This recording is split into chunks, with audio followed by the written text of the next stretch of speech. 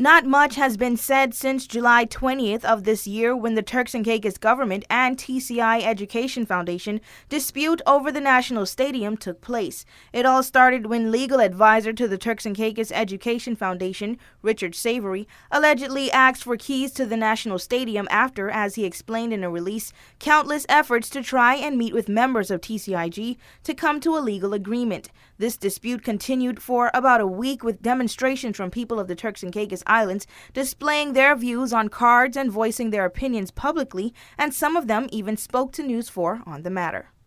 Actually, I haven't heard anything about it as yet, but if that being the case, it'll be a disaster for the Turks and Caicos Islands in the sense where people are used to having the use of the National Stadium to mean losing it to somebody else or not being controlled by the government anymore.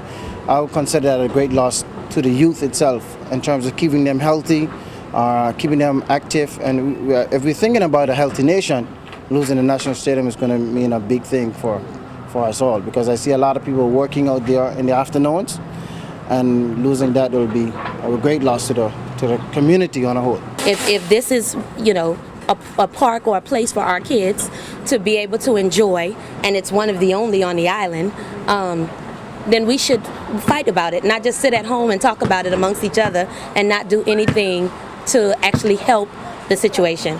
We want to raise money, we want to purchase it ourselves, then let's, the parents, myself included, get out there and do something about it as opposed to just sitting down and groveling about it, We're adults. We have to do something to be proactive.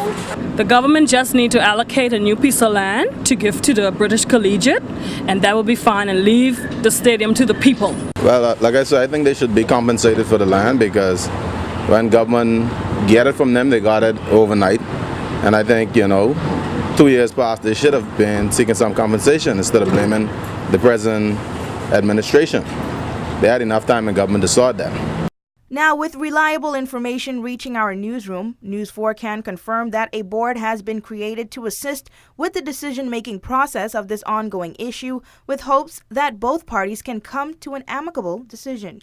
The latest information comes from a member of the AG Chambers who chose not to go on record but explained to News 4 that a decision has somewhat been made. It has been decided that after a month of anticipation of the outcome, the land will be taken back by the Turks and Caicos government, although the Turks and Caicos Education Foundation and TCIG can't seem to come to a sound agreement, with a few minor discrepancies still on the table. Attempts by News 4 to find out the current status on the agreement from officials in TCIG proved unfruitful. But News 4 will continue to follow this story.